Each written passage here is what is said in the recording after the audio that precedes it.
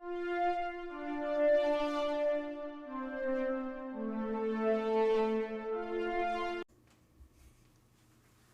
are happy to announce that this episode of the SWW show is partially brought to you by Humble Bundle. Well, not really. We are part of the Humble Bundle referral program, and we just wanted to say that if you like really cheap games and maybe helping charity pending the Humble thing going on, all you have to do is go to humblebundle.com/partner equals SWW. That's right, humblebundle.com/partner equals SWW. And you just do your normal stuff, and it just kind of helps us get a couple bucks here and there. Maybe it helps AJ get his lights, maybe it's Mike camera, maybe we actually pay Corey for helping us out. But again, if you're going to go buy games anyway, it might be worth checking out. Hello everyone, and welcome back to one of these interview shows of the SWW show. I'm Mike, today with me a special guest. To get us started, do you mind introducing yourself and the game we are here to talk about? Sure. My name is Kostas Zarifis. I am the creative and managing director at Rogue Sun. I'm here to talk about Tin Hearts, which launched, I want to say just over 10 days ago on Nintendo Switch, and it's coming out on the 16th of May on every other platform. Yeah, you have a very interesting. I know a lot of indie devs kind of do this, where it seems you have like this kind of staggered kind of release schedule for the game. For people who don't know, do you mind kind of giving us like what is your elevator pitch for Tin Hearts? Yeah, so this super short elevator pitch is it's basically Lemmings meets Charles Dickens' A Christmas Carol, which is, I appreciate it's a very weird combination, but it does describe the game really well in that, and I'll move on to the slightly longer elevator pitch. It's a puzzle narrative adventure game where the main mechanic is you help guide these little clockwork toy soldiers from their magical box to a little ferry door exit through a series of Victorian rooms. And as you do that, and this is where the Christmas Carol kind of connotations come in, you gradually discover the story of the place, the characters you meet through your journey, and it's a rather emotional journey with lots of ups and downs, which I'm the worst person to talk about because I hate spoilers. So I'm sure that you'll have more questions than that. So I'll do my best to answer them. But yeah, I think that's the best way to describe the game in a nutshell. So I gotta admit, so as we're talking, I kind of like the Steam page up in the background, and this art style, I'm kind of very curious because to me, when I see the art style, it reminds me, like, I don't know a better phrase. I always think of it like this Bioshocky kind of look to it, almost like this 50s. Like, we think of 50s animation, not what 50s animation look like that kind of almost look to it. I'm kind of curious, kind of, what were you guys kind of thinking while making this art style, kind of what other pieces or kind of maybe inspired you? Yeah, that's a really good shout with regards to Bioshock. The game takes place in Victorian, I guess we say alternative kind of Victorian sort of universe. I guess. I mean, the game is very British. The bulk of the team is based in the UK. And actually, the founding team were ex Lionhead people. So, and in fact, our art director at the time, Ian, he had a very central role on Fable, most of the Fable games, pretty much. I'd say all of them, actually. So, yes, very much a lot of people pick up on the visual aesthetic, how it does look a lot like Fable as well. So, yeah, there's a lot of that legacy, certainly in the visuals.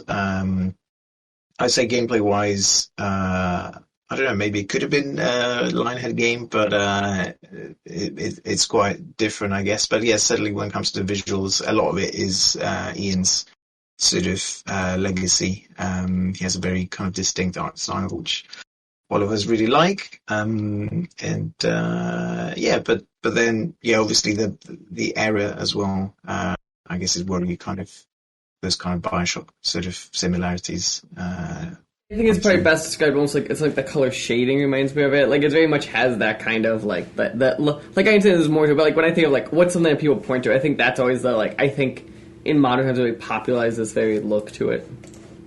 Yeah, it depends. It depends which screenshots you're looking at as well. It's very interesting because the game, again, I'm going to touch on the story a little bit. It sort of takes place. It carries you through these different settings. I mean, it all takes place in the Butterworth's house. So it's the family you kind of, like I said, you find out more about as you go through the levels in the game.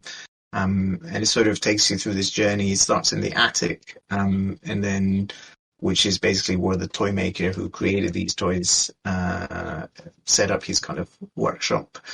Um, and then that has a very distinct, kind of very colorful, very vibrant sort of color palette, and lots of kind of earthy tones with kind of splashes of color. But you know, has that sort of really tactile, handcrafted kind of look and feel. And then as you go through the house, you know, it's all a lot more kind of functional there.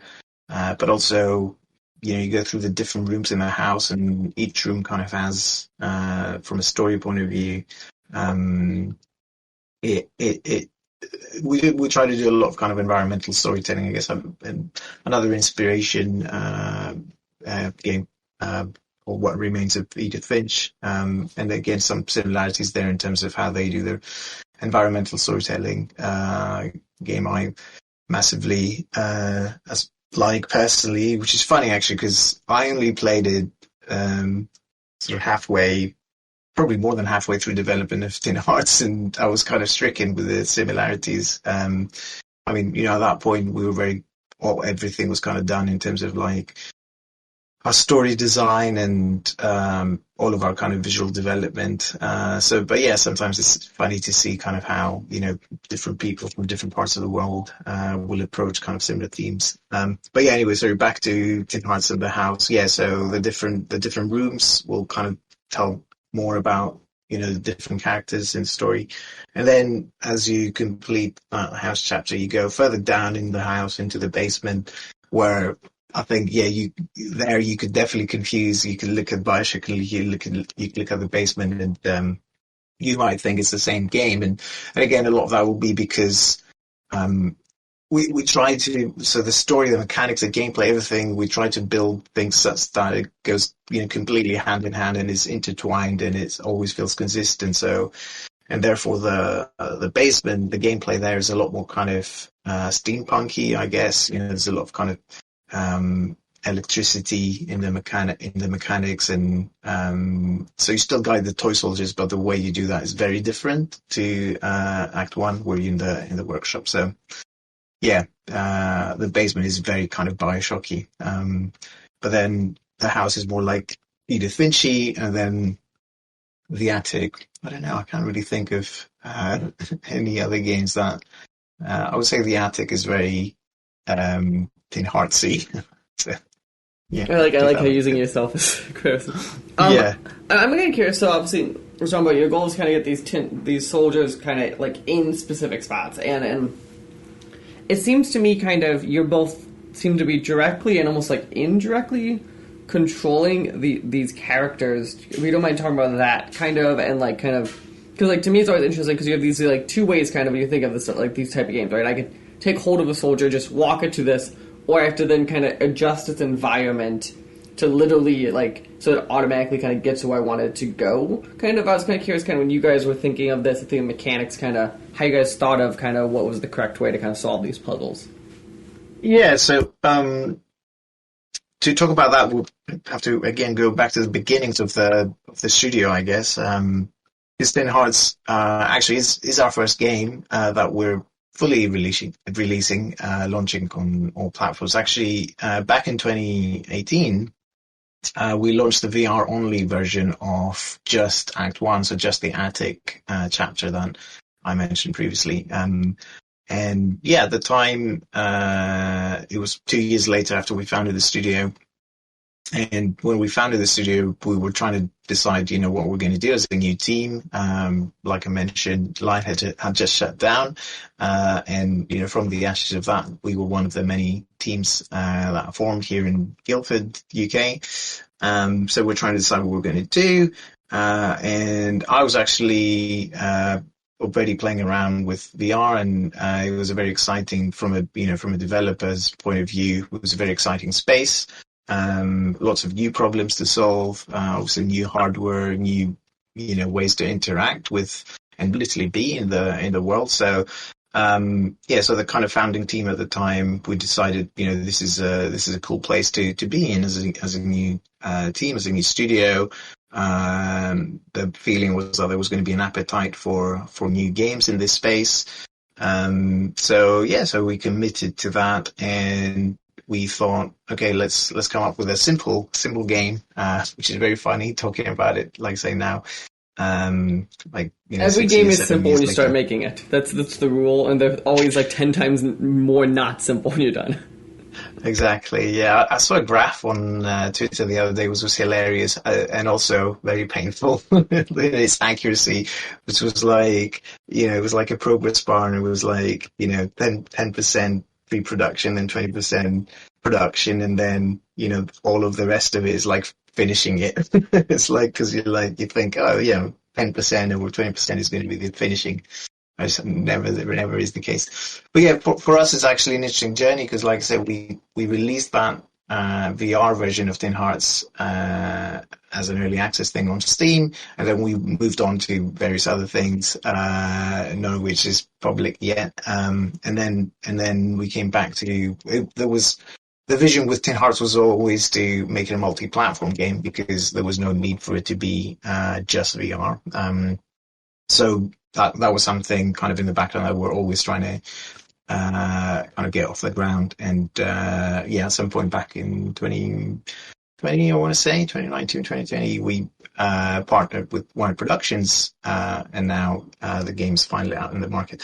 But yeah, to go back to your actual question about the kind of mechanic of guiding the soldiers, that back then when we were sort of brainstorming ideas and prototyping things in VR, had this idea. We were looking at other kind of simple games that we could do in VR that hadn't been done yet, and this idea of kind of, I guess, a Lemmings game, we noticed wasn't something that had been done by anyone else. So, like I say, I'll be honest, we weren't necessarily at the time trying to sort of break new ground, because it was already, we knew it was going to be already hard enough to release a game from start to finish on a new platform as a new team. So we're trying to be pretty conservative at the time. But as it often happens, so as we started prototyping this basic mechanic of guiding the little toy soldiers, putting these blocks in front of them, so as you said, kind of in direct control, so they're changing direction. And then, we're like, okay, this is cool, this basic kind of gameplay is cool, but how do we make it richer? How do we make it an experience that you want to keep playing for, at the time we weren't too sure what the playtime would be, but, in VR, the playtime, kind of the biggest game you'd find was maybe like 3-4 hours. So we're like, okay, we aim for that and we see how we go. So, we started adding kind of these different mechanics, always kind of, like I said, within the theme of the world. These toy trains that you could move around, but now they're constrained on this track, on this train track. So, you don't have that freedom that you had with the other blocks, or, these drums that act as trampolines where, they fall on them and the drum will bounce them. And now that means that you can sort of redirect them in different directions. So it was getting richer and richer and richer from a gameplay point of view. And because the theme was kind of growing as well, we're like, okay, this is now this kind of like, it's not like a arcadey kind of like Pac-Man style game, with a very simple world. There's a lot of things kind of emerging here. And then that's kind of very organically, that's how we started sort of kind of developing a story in this world as well. Like I said, the two things kind of always been going hand in hand, and we had something that was quite bigger, I guess, than what we set out to do. But it was something that we, very much the entire team kind of had fallen in love with. So it was a case of, okay, how can we make it happen? So the way we made it happen was in stages, as you said, kind of a staggered sort of development. So we did the VR version back then. It was a very good way to kind of start building a bit of a community, sort of validate as well that this is a cool idea that people do want to play, and then partnering with Wired Productions more recently, we were able to bring it to multiple platforms. Oh, that's very interesting. The other thing I do want to touch, right? So as we kind of said, this game I think is a very interesting kind of a development cycle. Went from a VR project you guys released kind of first to this 2D game you guys kind of are releasing kind of now it's out, and then it's kind of going on the platforms, and then it's going back. My understanding is, correct me if I'm wrong, the full experience is going actually to VR at some point later this year. Could we talk about that kind of from how are you guys balancing kind of making it work in both platforms really close to simultaneously, and kind of did you have to do any kind of stuff to kind of change the experience to kind of really make it work kind of between both these? Yeah, so very good question, and it's one that I think has an interesting answer. And yeah, I mean, so we never would. So we started, like I say, we had the first 3 hours, which is the Act One, the attic sort of chapter. Well, we had all of that done in VR, and it was a great experience. Very positive reception from players and kind of VR press at the time, and that was great. At the end of the day, as a game developer, that's what you like to see, and we knew that making the move from that to D, pancake as people call it, or non-VR, that could potentially compromise that. And we made a, I guess, kind of pledge at the time that we would make sure it would never feel like a VR port. And as you said, now we're doing the reverse again, and we're making the same pledge. For us, it's very much, it's a story game and it's a puzzle game. It's not like a Beat Saber or or a pistol whip, or it's not a game where it's absolutely essential that your entire body is in the experience. And of course, there's kind of pros to playing it in VR, where you're kind of immersed in that world. But I'd argue there's also pros in playing it, non-VR, where you can sit back in your sofa and your massive 4K TV and just kind of, enjoy it in a more kind of chilled context. And for us, it was about giving players that choice. So we're like, okay, how we can bring it to all these platforms, and let's let people choose how they want to play it. But however you choose to play it, it needs to feel like a native experience, an experience that was natively built for that platform. And the way you do that is you natively build for the platform, which is a lot of work. And that's a little bit disingenuous. Obviously, all the puzzle design, we're able to reuse a lot of the, visuals, a lot of the art we were able to reuse. But then again, it needs to be kind of optimized for the different platforms. Well, we can really push the visuals. You have to push it. And, there's a lot of bespoke work there where you can't because of, hardware limitations. You have to optimize. So it's a lot of work, on the developer to do that sort of multi-platform. And even in, non-VR platforms, the hardware really varies. I was reading all the Jedi Survivor kind of reviews, and it always pains me to see developers come slammed for like, oh, it's a really bad PC port or whatever. And yeah, sure enough, like a lot of these massive studios, you'd think that they do have the resources to do as good a job as they can. But it is very hard, when you're targeting all this different hardware with very different specifications and capabilities to provide as streamlined an experience as possible. Which, believe me, that's very much what every developer wants. But yeah, it's hard. You have to do the work from like I said, from a technical point of view. In our case with, VR and non-VR, also from a UX, like a user interaction kind of point of view, because it's a very different way, how you actually interact with the world, with the mechanics. So yeah, there's a lot of work, but we like challenges. So it's certainly something that we aspire to tackle, and we hope we're doing a good job of it. But it's So still all work. I've got to ask, and I know it's kind of like the killing your baby thing. Do you have a favorite way that you like to play, kind of playing the game, kind of, or is it kind of like you could think either is kind of pretty much a similar experience, kind of? So it's interesting. My favorite game, my favorite way to play the game is to not play it. It's just the same. I've had this with every game where you work on something for long enough and you just can't stand the sight of it. All you can see is the problems, you're like, oh, why didn't we fix this? We should have fixed this.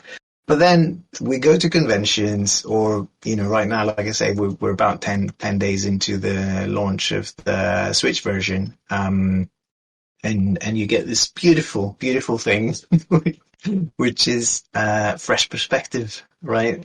And it's such a lovely thing where someone new will sit down and start playing your game, and they'll be like, oh, and you'll watch it, you're observing them, ready to note all the bugs and issues, and guess what? They're actually having a great time, and they're reacting at the right times to the right things, and it's like, oh, cool, cool, we made something good. So yeah, so I actually just recently there was kind of a very small thing called the Guildford Game Fest this year in Guildford, and we took the VR version of the game, which we hadn't shown in a very long time because we've been focusing on the non-VR version recently. And again, I remember back then I was like, oh, I can't. I need a breather, and I hadn't played it in quite some time, and I was kind of there setting it up and sort of helping people playing it. I was like, wow, this is amazing! Like, I'd forgotten how cool it is.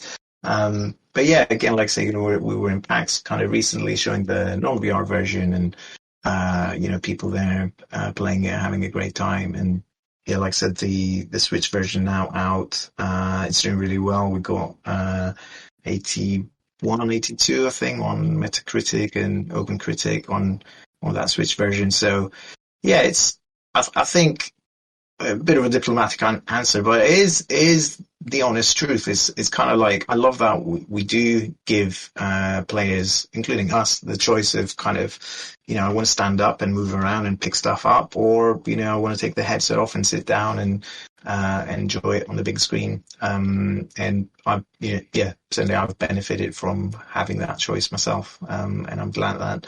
And also on the platforms that support, PSVR 2 and PC VR. It is, the VR version is a free upgrade when it comes out. You'll get it if you own the game on Steam, for example, or PSVR or PlayStation. You'll just get it basically. So you will have literally that choice if I want to play it in VR, or I want to play it with my controller. So yeah, That has to be a nightmare just to test. Of just like it is. It is. I'm not gonna lie. But yeah, it's like I said, it's the kind of challenge we like to dive into. And yeah, once you get, we early into development, we try to get kind of our tools and pipelines and processes as solid as possible, so we can, as you say, kind of test frequently and easily. But yeah, it's always. There's always kind of new problems that arise. You just have to be on it. Yeah, but it's great when it works though as well. Honestly. No, I understand when it works. It's great. Yeah, no, I'm just thinking of. I could just imagine that the amount of times people are like trying to do that, or like save systems kind of pulling it. Like, there's just a lot of logistical, or even like, because camera viewpoints kind of change a bit too. It's kind of like the thing I'm thinking of too. Of like, if you're in the same exact spot and I reload it now, my viewport's a little bit different. Like, there's a lot of that weird kind of stuff. Absolutely, yeah. So as we're talking, go on. I was going to say that's a really good example that you mentioned there, because for example, on the non-VR version, we don't really have a lot of kind of traditional cutscenes. We kind of follow the more sort of Half-Life, I guess, approach where kind of stuff happens around you, and we like that as a way to kind of, let you be immersed and also just kind of focus on whatever it is you want to focus on, as opposed to like, grab your face and point it at the thing. And often you need to do that because there's some important piece of exposition that's happening in the story or whatever. But we're trying to do it and kind of sort of nudge you in that direction, as opposed to kind of force you, like say, which most of the time works well in VR as well, because again, you can't, as you said, you can't really. There's no such thing as as a camera in VR, right? It's the player's head is the camera. So if you need to show them something, you better come up with ways to do that, like say, very implicitly and in a soft kind of way. But yeah, I mean, we do have kind of the odd, when there's kind of big moments of narrative, there will be kind of cutscenes there where, we show, we kind of frame the camera nicely and all that, so more traditional kind of cutscenes. So yeah, that's a really good example. I just thought I'd mention that as a nice example of like, we have to do the work twice, basically, right? Where on one platform it works like that, but on another platform it works in a very different way. And maybe we can reuse some of it, but for the most part, we do need to have kind of different systems so that it works nicely on all the platforms. Yeah. Yeah. So I want to kind of, as we get kind of to the tail end of this talk, right? So as you said, you are, at the time we're talking, released on Switch. You're about to release kind of on these new platforms soon, and then VR currently you're targeted to look like sometime in the summer. What is kind of next for you guys in the team after this? Is it planned kind of some support has to happen for the game still? Should we expect maybe some of these like these like things that behind the scenes bubble up at some point? Kind of, is there any kind of future kind of in plan for the place, either for this game or kind of the studio as a whole? Absolutely, yeah. So we're very much kind of committed to, as you said there yourself, there's kind of a prolonged, I guess, kind of a release schedule in terms of the different platforms. We've been monitoring the Nintendo Switch release, like say, very, very positive, which is great to see. Already we're working kind of like little bits of feedback that we've seen here and there from players and press. So we're working on patches and improvements and some kind of new content as well that will be going into the other platforms on May 16th, but also as a patch kind of on the Switch version. The VR version later in the year. But yeah, we're very much kind of, like say, monitoring the sort of ongoing launch, and kind of working with the community to keep improving the game. We'll see. Nothing to announce right now in terms of DLC. Obviously, it is a puzzle game, and it's kind of the idea of like adding more kind of puzzles, more levels, kind of, secret files or whatever. Is very obvious, and depending on appetite from the community, we very much might look at that. But yeah, it's the world of Tin Hearts is a very rich world where we don't feel like we've fully explored it with this game. So we'd definitely love to kind of do more in this world. And yeah, like I said, the kind of early reviews seem to indicate that we're not alone there. So yeah, we're definitely kind of here for the long run when it comes to this game.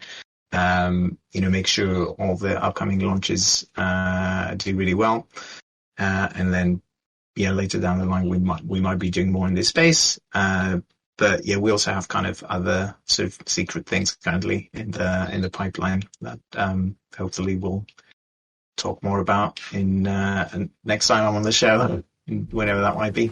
Perfect. Well, I want to say thank you for taking time today to talk to me about Tin Hearts, which is currently available on Nintendo Switch.